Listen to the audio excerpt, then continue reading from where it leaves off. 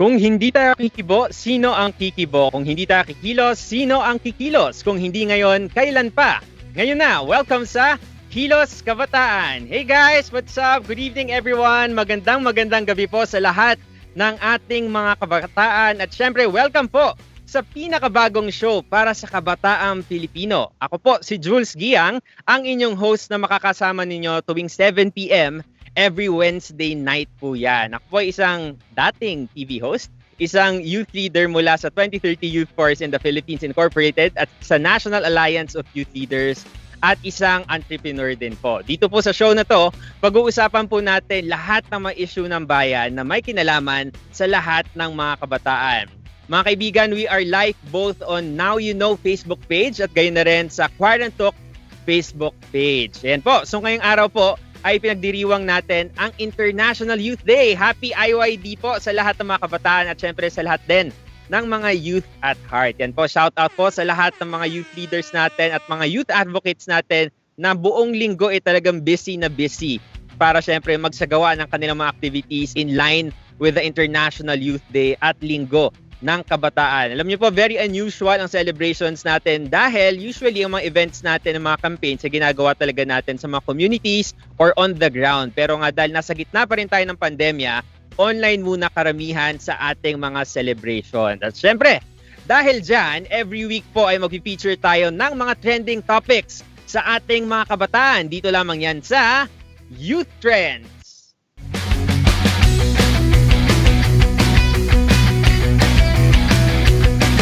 Alright, syempre ano pa nga ba ang trending sa ating mga kabataan ngayon? Walang iba, kundi ang hashtag IYD 2020 or International Youth Day. Ano nga ba so far ang mga naging online activities natin ngayong araw? Tunghayan po natin yan. Silipin natin, naka-flash sa inyo mga screen, sobrang daming mga activities the whole entire day po. Ito, binabati ko si Jax. Sa kanya galing tong visuals na to. Kinonsolidate na iba't ibang mga activities. Sobrang dami since this morning, actually since Monday, ang dami ng iba't ibang mga activities. Pero since 7 p.m. na, after this show, pwede kayong tumungo by 8 p.m. sa International Youth Day 2020 virtual concert.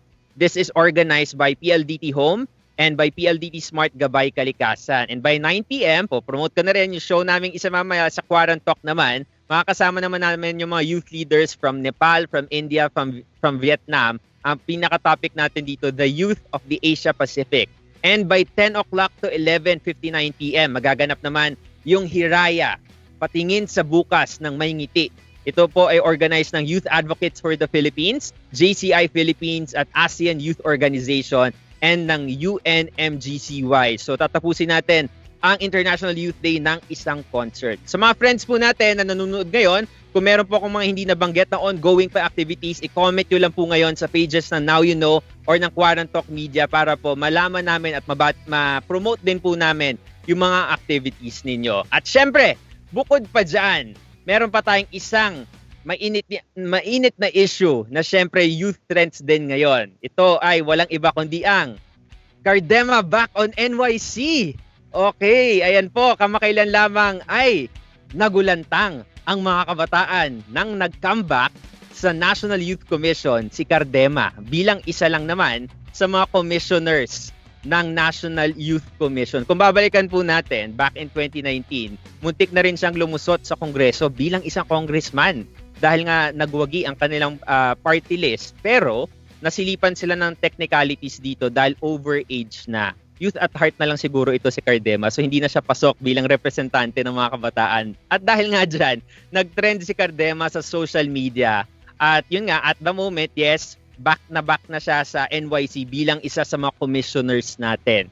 Kayo po, ano po bang tingin nyo dito? Dahil sobrang daming mga Twitter, mga tweets ang nakita natin at mga Facebook posts na naglabas sila ng kanilang mga hinaing patungkol dito sa pagbabalik ni Cardema sa NYC. In any case, siyempre, ayoko rin naman i-spoil ang inyong International Youth Day. At the end of the day, naglilingkod lang din tayo para sa mga kabataan at para sa youth empowerment. Alright, siyempre, mga kaibigan, sa show na ito, siyempre, bida rin ang mga kabataang Pilipino. Ngayong gabi, kilalanin natin ang pinakaunang guest natin dito sa Kilos Kabataan. At para sa segment na to, tatawagin natin yang Bidang Kabataan.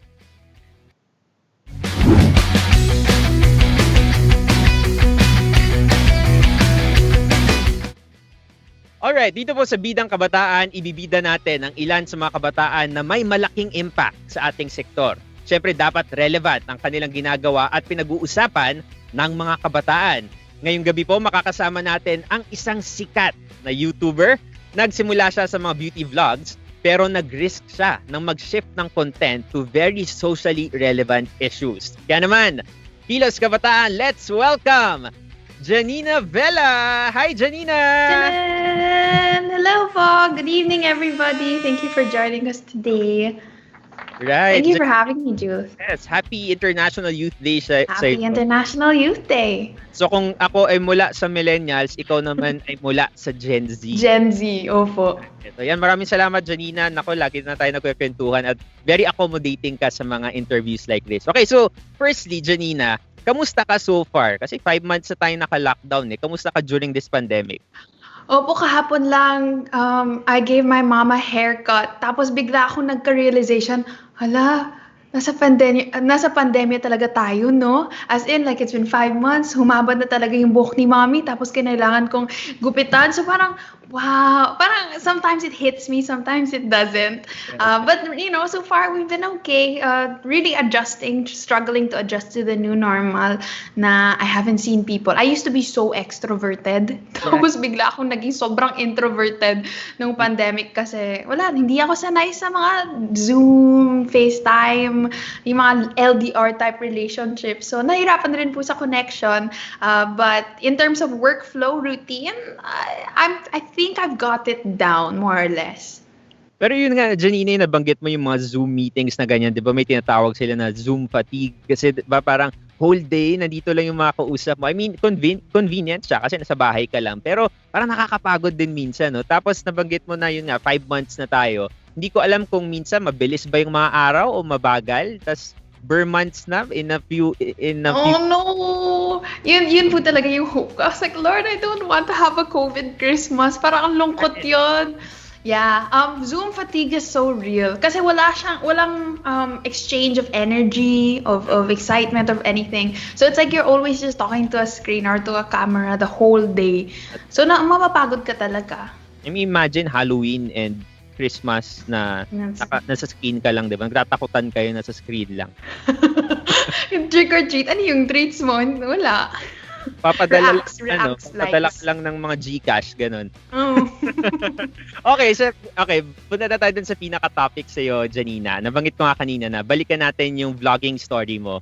So, paano ba yung pinaka-story mo dito? Bakit ka nagsimula sa vlogging some years ago when you were really young? Tapos, what was the turning point? Kaya pinasok mo yung mundo ng vlogging? It was actually it was a slow burn because from the start, actually, I joined YouTube because I just liked it. I wish na meron akong sobrang nakakaiyak na story na inspirational na I started my channel because of something. But I was passionate about makeup and I was passionate about videos, and so that's really how it started. And then slowly, as I started to meet my Vela fam, as I started to meet all of these girls who said that they looked up to me, but mind you, I was a 15-year-old nene girl at that time, so it didn't make any sense to me. But slowly, I understood the platform that I had earned myself and that my followers had given me, and I also realized the value and the importance of that platform. So slowly, from just being about makeup, I started to talk about inner beauty, and then it became confidence, and then empowerment, and then now it's social issues and politics. And so it was more of every day learning how to pop my bubble from it just being about me, getting famous or getting money or brand deals. It started to become about what is the tangible impact I can make on this person's life? Because you have 7 to 11 minutes of their undivided attention. It's so personal. Sobra siyang intimate kasi nandun sila sa kama nila sa bedroom. They're there in the kitchen cooking. You're there in their own homes, and they're listening to you. And so if you have thousands of people listening to you for 10 minutes straight, what are you gonna say? And I realized that I didn't want them to take away just makeup tips from me. And I know that there are people who do that. I'm not throwing shade to them. This is just my preference, no. But like, if I want to be remembered for something, it's not gonna be how I straightened my hair that day. I wanted to be, to be a little kinder, as my tagline says, or I wanted to be about how we have to help the helpless or speak up for the vulnerable. And those are the things that I want to be remembered for. And that's the kind of impact and that's the kind of change I realized 2 years ago that I wanted to make. And so since then, I never really went back. Okay. So let's talk about that shift in your content. Kasi yung nga nabanggit mo, you started with the beauty vlogs, then now you shifted to social issues. So along the process, syempre nabanggit mo 15. How young are you right now? 21. 21. Okay. So 6 years, 'di ba? Throughout tama ba yung math ko? Yes. So throughout 6 years, 'di ba, nagka-process ka ng learning, tapos may maturity na rin doon. So what was the turning point within those 6 years sa sinabi mo, no, wait lang, parang it's about time na I use my platform for social Yeah, I actually took a hiatus. Nag-break ako from YouTube kasi bigla ako na burn out. I guess it was from chasing a purpose that didn't really fulfill me, from chasing, again, fame, money, and followers and likes. I got so tired of it because I grew up in it, I started at 15, and so I was a teenager trying to figure herself out, and I was basing my validation on how many people viewed my video. And so I took a hiatus from that. I took a hiatus from YouTube, and during that hiatus, I started reading, which was, it's actually genuinely out of character for me because I was not. In my family, sinasabi nila, okay, we have the cum laude, my kuya is a smart one, and then the one below me is a valedictorian, and then I'm the artist. Ako yung creative. So it was super out of character. But I started reading, and I thought it was because I liked anthropology that I started reading about Philippine history and Philippine culture. Then I realized it was because I started to fall in love with the idea of freedom and the idea of patriotism, being patriotic, or it was the idea of, knowing that Filipinos deserve more. And so coming off of that, out of my hiatus, the water shortage happened, which was, I guess I'm blessed enough to not have really been impacted by so many Philippine issues until that moment where it hit us, right there, right in front of me, where I couldn't take a shower. And I was like, oh, shucks, like this is a real thing. Yeah. And then I started researching on it because I wanted to. And I realized that there was so much to be said. There was so much that needed to be heard that I couldn't stay silent about it. And so that's why I put together this research video on the water shortage. And after that, I just kept going because I realized how much I loved it. Right. So it was a very interesting process, no? So ang ganda na talagang you read books and everything, tas parang yun yung naging foundation mo, and then the water shortage pala yung parang turning point mo, shifting, ang ganda. Okay, yun yung naging shift mo to your content, in your content. So of course, I'd like to assume that most of your followers in YouTube or in other social media platforms, parang they follow you because of your previous content. So what was their reaction when, wait lang, hindi na beauty vlog to? Parang hindi ito yung positive vibes na gusto kong kunin. So how did you handle the reaction?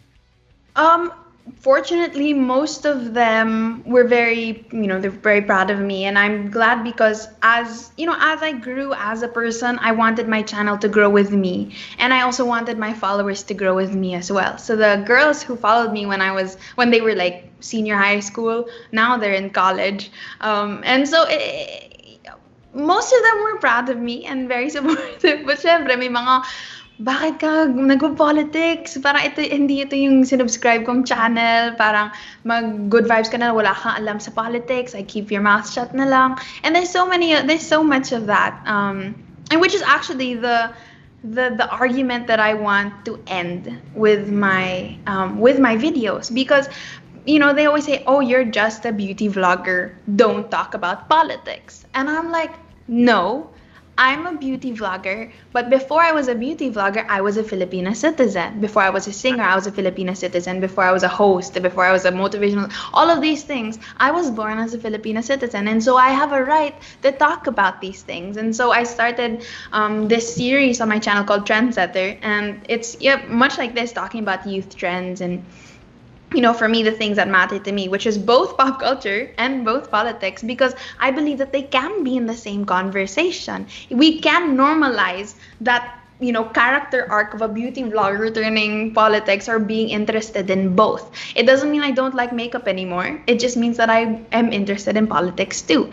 So it's trying to break that stigma, not just because I'm young, just because I'm, girly a little, and just because all of these things doesn't mean I can't talk about them. But it affects me just as much as it affects the basher, as much as it affects the people in power or the people on the streets. And so why can't I talk about it? I think it's something that I have to work myself through, because obviously I'm not always this empowered and always this strong about it. But more or less, again, I focus on the support, I guess. That's what I'm trying to say. Okay. So, Janina, itong ginawa mong decision na to me, it's quite risky. Kasi, di ba, parang you had your own, you established your brand already, you established your name already. So, di ba, risky siya kasi you have your brands din na nagsusupport sa'yo. So, pinag-isipan mo ba yon na baka mawala itong mga to kapag bigla akong nag-shift to politics? Mm-mm. Yes, for sure. I really thought about that because, I don't know, it was, how do you explain it? Yeah, I did. I'm not as marketable as I once was as this really cute little influencer girl. But for me, it was always about weighing the pros and the cons. It was saying, okay, if I stick to this, then these people don't get spoken up for. Right. If I speak up for this, then, I might not be able to get that brand deal. And more often than not, it was always the speaking up that won in that little, balancing scale. Because I knew what I was passionate about and I knew what I wanted to do. I knew what my purpose was going to be. And I knew that I did not want to give that up for money, because I don't want to make decisions based on that. And I know na uso yun ngayon. It's, going against morals and character for money. And I think that's really sad that that's the world that we live in, that people are just doing what's best for them without having other people in mind. And so I'm not the most selfless person, and I'm going to tell you that I'm still working on it. But I never wanted to make any selfish decisions. Always be a little kinder, go beyond me, my household, and really think of others. And so empathy played a big part in that. When I was studying, the process of becoming a monk, and I know that's so random, but I have a point. So I studied the process of becoming a monk, and they take months of just, when they meditate, they take months, and they literally, like, psychologically put themselves in somebody else's shoes. And that's how they gain empathy. They imagine every single day how it feels like to be a jeepney driver, how it feels like to be a woman who was discriminated against, how it feels like to be these people who are marginalized. And they do that until they can't take it anymore. And so every day, that's what I try to do. I try to have as much empathy as I can and let my empathy sway my decisions and not money or fame. Right. Yeah. Yeah, Janina, that's the magic word actually, yung next na sasabihin ko, yung empathy mismo. And to me, dun sa kwento mo, parang yung naging turning point mo nga, gusto ko balikan kasi para sa akin, very symbolic yung water shortage dun sa content shift mo eh. So, parang yun yung naging yun yung naging myth siya, kaya ka nagpalit ng content mo. Paano kaya yung ibang mga tao na wala pa silang turning point, kaya ayaw nila mag-care or kaya ayaw nila mag-empathize? So, parang how do we break that wall for them to care or to empathize without waiting for them to experience any turning points in their lives? Gets mo? Kasi parang kailangan mo pa bang, kunyari, let's say sa EJK, sa extrajudicial killings, kailangan mo ba bang maka-experience ng na mamatayan na friend mo or in your circle, or let's say COVID to really take it seriously until malapit na sa family mo? So ikaw, in your point of view, Janina, parang how do we break that wall? Empathize. You know, we can do all we can for awareness and education, but if the person doesn't want to have their walls broken, they won't break down. And that's the struggle. I mean, the water shortage, yes, was a very important turning point, but I wouldn't have turned if I didn't open my heart months before, if I didn't start reading books and I didn't open my mind to it. So you gotta want it, honestly. And again, going back to empathy, I guess a way that you can do this, let's go to like Iha Ako, which trended a few weeks ago. We think about that, and the easiest, response I could give to a hater who doesn't care about it. I was like, imagine if that was your daughter, you know? Imagine if that was your sister. Imagine if that was your wife. And we can take that to EJ case also. Imagine if that was your brother or your uncle. And so it's always that putting yourself in somebody else's shoes. It's always going back to empathy and compassion, and altruism. And so you gotta want to be selfless. Nobody really, as much as we like to say that we're born inherently good, I have my own thoughts about that, but I feel like it's a conscious decision and conscious choice that we have to make every single day to be kind, to be compassionate, to have empathy for people. So yeah, if you want to be compassionate, you need to want it. Yes. So dapat may will ka talaga na gawin yun. Yung nga, di ba sabi nga nila, hindi lang naman pwedeng tapang lang, dapat may malasakit. Yun nga yung ginamit na brand mismo, di ba? Kaya nanalo yung government na to. So dapat it goes both ways. So yun yung sinasabi natin sa mga tao na dapat may malasakit ka rin. Anyway, let's go back to your content, Janina. I asked this question to you before, pero yung pinakagusto ko rin kasi talaga sa content mo, Janina, I watch your videos then. Alam nyo guys, grabe yung process na ginagawa ni Janina before creating a video. As in, ang lala. As in, nakwento niya sa amin before, meron siyang parang wall na glass na sinusulat doon. Very genius yun dati.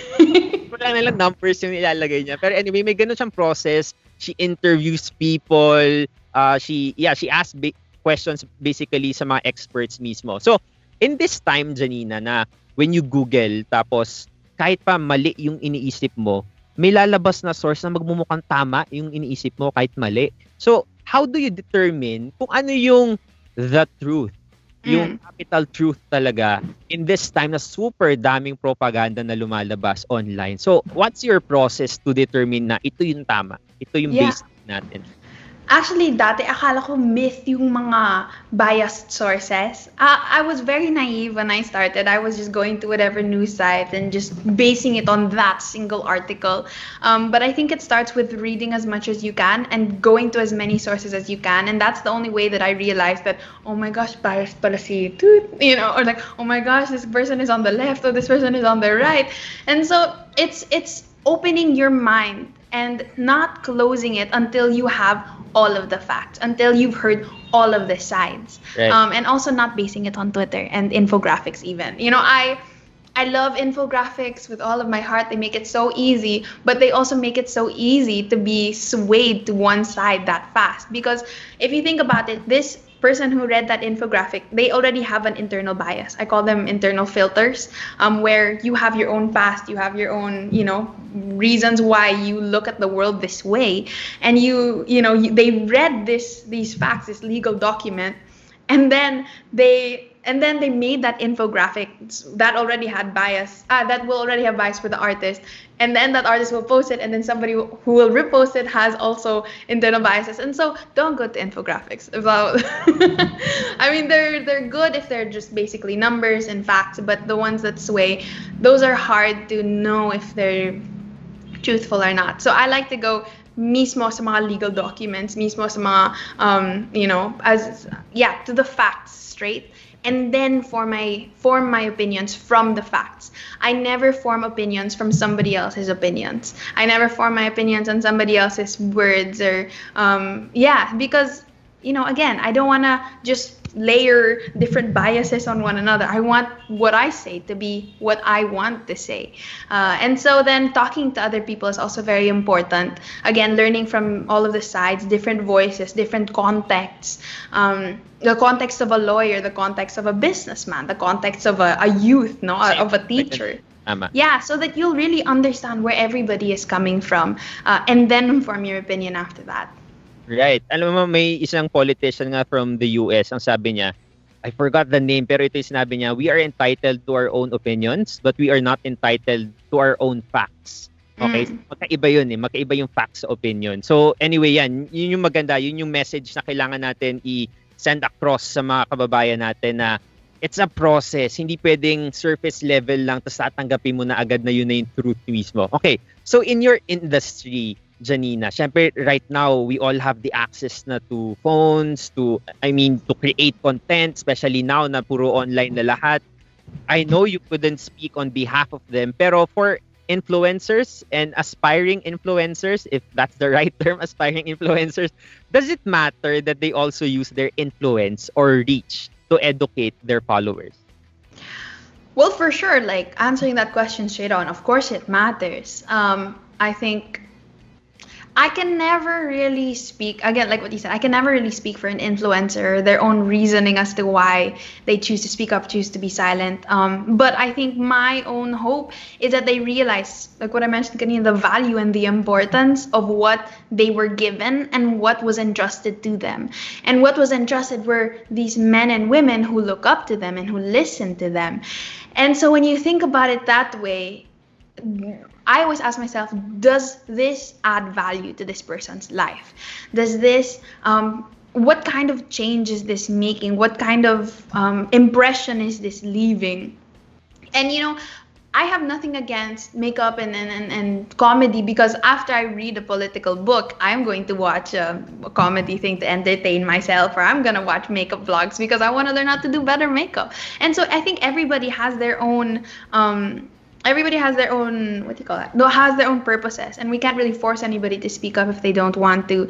But I think it's really asking yourself, does this add value to this person's life, or does this, you know, is this just an extra noise? Is this useless? That's so mean. I think it's recognizing how important you are in your followers' journey, and deciding what you want to do with that. Right. Ayan so yan yung magandang message from Janina Vela, one of the, can we say na ikaw yung isa sa mga unang YouTubers natin dito sa bansa? Mm-hmm. Yes. Tama. Kayo yung mga first batch talaga, di ba? Mm-hmm. Na YouTubers. Yan so take it from Janina Vela. Wow. Talagang na-master mo na rin kasi yung process of of creating your content. Anyway, so let's go down to your generation. So nabanggit ko kanina, you are from Gen Z. And ako yung observation ko as a millennial, na sobrang active nyo talaga sa social media, and ang galing nyo mag-organize and super bilis. As in parang, what? Sobrang bilis, and grabe yung reach na nagagawa ng mga ginagawa ninyo. So, gusto kong idugtong to dito na sa paparating na elections by 2020. And a big chunk of the Gen Zs would be eligible already to vote by 2020. So, what's your take on this? Paano magagamit ng mga Gen Zs yung kanilang kakaibang energy and yung kakaibang mga skills nila to better prepare for the elections, especially on their education? Yeah. The Gen Z, I feel like, you know, people have their own different understandings of what kind of people we are. But I think that Gen Z, for me, is one of the most determined and empowered generations I've ever seen. Obviously, because I haven't seen that many, but through research and all those things, grabbing determination of this generation. And, you know, if you know, sa mga Gen Z who's watching, you know, you think about when your ex gets a new girlfriend, kaagad mo siyang isa-stalk, diba? Hanggat alam mo na yung pangalan ng lola niya, hanggat alam mo na yung pangalan ng aso niya, where they live, what city. And so I'm saying, you have that ability to stalk this person down to that level.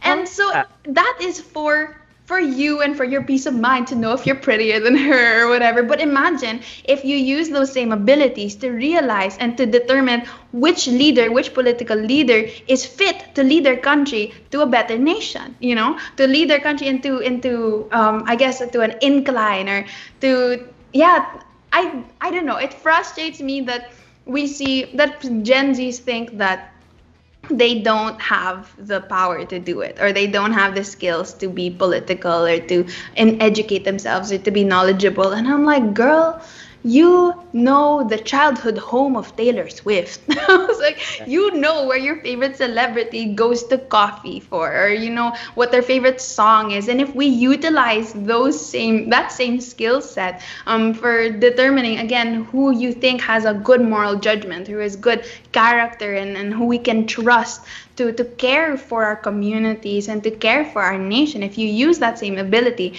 we will genuinely, seriously wake up to a different Philippines. So I think it's understanding that, yes, you matter, dude, who you watching, you do matter. Your voice matters. Your weird stalking skills matters, and your ability to make group chats in 5 seconds, those matter, because you can utilize those same things to change the future of this nation.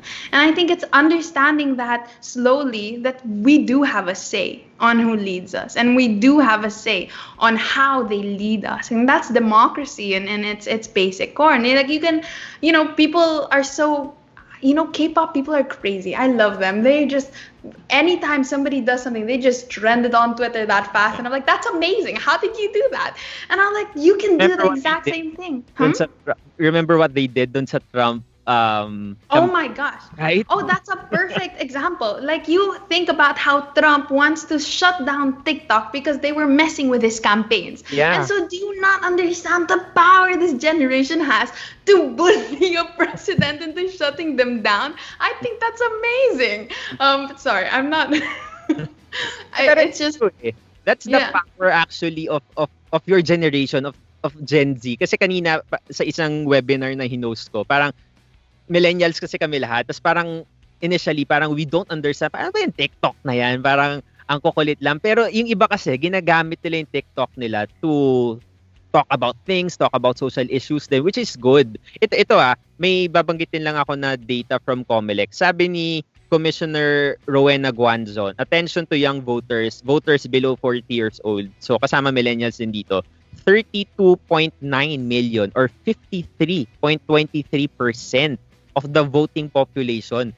Ganun kalaki yung power ng young voters by 2022. So imagine, 'di ba? Pero super brilliant yung sinabi mo, Janina. Kasi yun yung proper way of communicating yung gagawin mong very relevant and relatable yung issue. Kasi nga naman, kung super galing ka mag-stalk ng mga ex mo o kaya mga bago nilang mahal sa buhay, palit sa inyo. 'Di ba? Bakit hindi mo gawin 'yun dun sa mga kumakandidato na gusto suyuin yung boto ninyo pero hindi rin kayo papansinin pag nanalo na? Gets nyo 'yun? Yeah. Tama yun, Janina. So, yung next question ko is, can we assume na you would also use your platform for voter education for the 2020 election? Yeah, for sure. Like, I was already so vocal last year, and it was so funny because I was on a Howie Severino interview, and he said, Janina, I saw you campaign for these, and most of them lost. And I was like, yeah, they did. They lost. But these things, kasi he said, did you ever feel like giving up after that? And I said, no. He's like, why not? And I'm like, because it just shows me that there's so much more to be done. Right. It means that the fight is not over. It means that I have to prepare harder. It means I have to work harder. It doesn't mean that I give up now. And so there's always going to be that turning point of this could end me. Like, I could make a decision and just go back to beauty vlogging. But no. Have you watched Miss Americana? Tama ba? Yeah. Right? Diba si I cried. 'Di ba she risked her name and her job kasi naging vocal siya sa pag-support sa isang Democrat. Pero yung sinuportahan niya natalo. Pero what did she do? 'Di ba? Gumawa siya ng kanta which is super beautiful. No ngayon? Only the Young. Yes. Tapos I wonder, I hope na ituloy niya pa rin yung gagawin niyang pagiging vocal in the future, especially this November elections nila, which is very crucial. Anyway, Janina, we have reached the last question for this Bidang Kabataan. Today is International Youth Day. Ano ang message mo sa lahat ng mga kabataan all over the country na nagse-celebrate ng IYD today?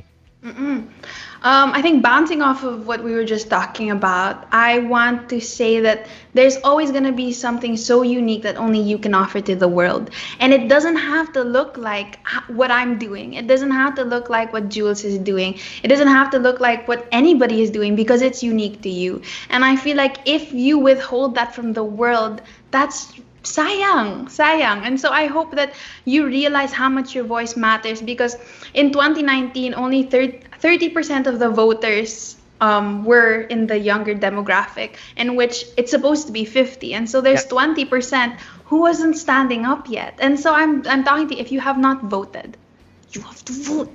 If you have not voted, if you have not realized how important your voice is, this is me telling you that it is. If you don't realize how much, you standing up matters, this is me telling you that you do matter. And this is me telling you that you have a say on how our country gets led, and you have a say on how our people get taken care of, and you have a say on what kind of future our country has. And so I hope that you never forget that in every decision that you make after watching this live and after you register this year, I hope that it's going to be made not they're going to be made not based on selfish reasons, but again, go beyond yourself, go beyond your household, go beyond your community, and really think of the legacy you will leave behind. Think of, when people ask what happened, like, Mom, what happened to the pandemic? What were you doing when this was happening? Will you like the answer, or will you be shy about it? Will you be, no, I registered to vote, and I voted, and we were able to accomplish this, and we did this campaign, and I was able to fight for these people and speak up for these people? Or will you be like, oh, I was actually just kind of scared, so I was like making TikToks in my room. I was like, no, you have to make a legacy that is worth telling to your children, to your grandchildren, to your great-grandchildren, until, they're tired of telling your story, because that's how much your story will make an impact. So don't forget that. I'm sorry, I got so passionate, but don't forget that. So magaling. Pero tama yun, Janina. Speaking of registration, as per COMELEC, i-rehistro, online registration. Online na to, guys, please naman. Wala ka ng excuse. Next month, September na. Pero the thing is, kasi may biometrics na gagawin, the last part, you still need to go to a COMELEC office in your LGU. Pero they will ensure daw na may safety protocols pa rin, yung health protocols natin. Pero guys, di ba, online na to. Yung sinasabi ko nga, kung ano yung nararamdaman nyo for the past years, kung nagalit man kayo because of the killings, because of all the issues, because of how the pandemic is being handled now, wag niyong kalimutan lang, wag kayong magpatawad lang. There should be accountability, and you have the power in 2020. We have an equal vote, 'di ba? One vote tayong lahat. So exercise your right to vote and register by September. Janina, super ganda ng discussion natin. Thank you so much for being our guest dito sa pilot episode ng Kilos Kabataan. And siguro pwede rin namin pag-isipan na maglagay ng isang segment about voter registration, no? Para gawin nating regular na weekly topic yan, para as early as now, kasi ang thing kasi minsan, campaign lang nagsa-start yung voter education, dapat as early as now. Minsan nga dapat the moment na manalo yung tao, simula na yun tuloy-tuloy na yung accountability, pagiging watchdog, etc. Anyway, Janina Vela, thank you so much for sharing your time with us again. And yeah, any words for your fans and anyone watching right now? I think I said everything I need to say. But yeah, thank you everybody for joining us today. I hope that this wasn't just something that you spent 5 minutes on, but I hope that this actually made an impact on how you think and how you will go about your life after this. I think jumping off again of what Jules mentioned, it's all of the rant tweets that you've ever tweeted, all of the Facebook memes you've ever shared, all of those will be nothing if you don't vote. So vote. That's true. Thank you so much, everyone, YouTuber and influencer, Miss Janina Vela. Thank you so much. Pero sa mga followers na nanonood ngayon, wag muna kayong aalis kasi may important announcement kami na baka bagay kayo dito sa i-announce natin. Janina, thank you so much. See you soon. Thank you so much. Bye-bye. Alright, ayan po, sobrang nakaka-inspire talaga si Janina Vela as ever. Please watch her vlogs on YouTube and follow her on Twitter as well. Sobrang ganda ng mga content niya doon. Pero ngayon naman po, dahil super inspired tayong lahat sa pinag-usapan natin with our guest Janina Vela, dapat meron din kayong ambag. Dito lamang yan sa Kilos Na.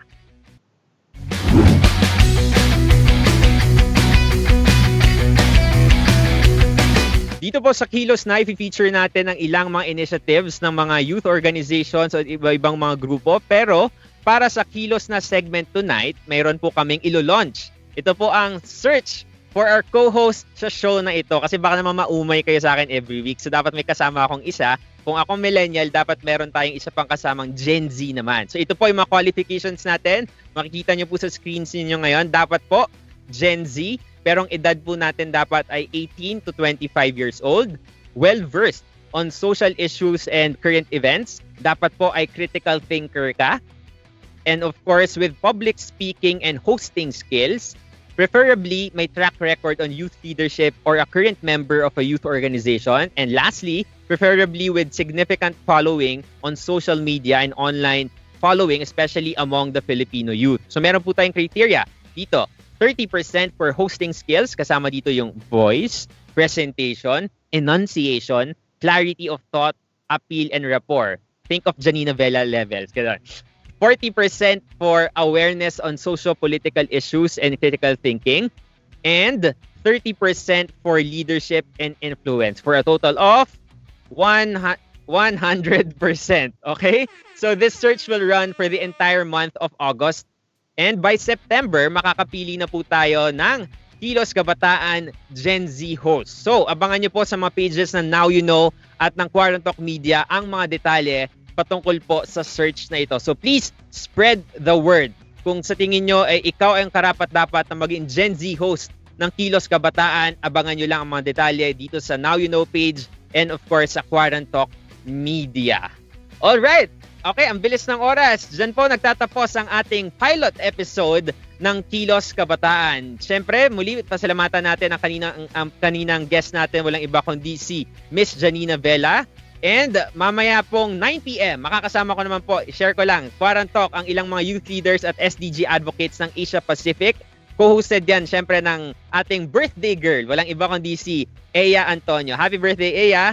And muli, ang programang ito ay isang co-production ng Now You Know at ng Quarantalk Media.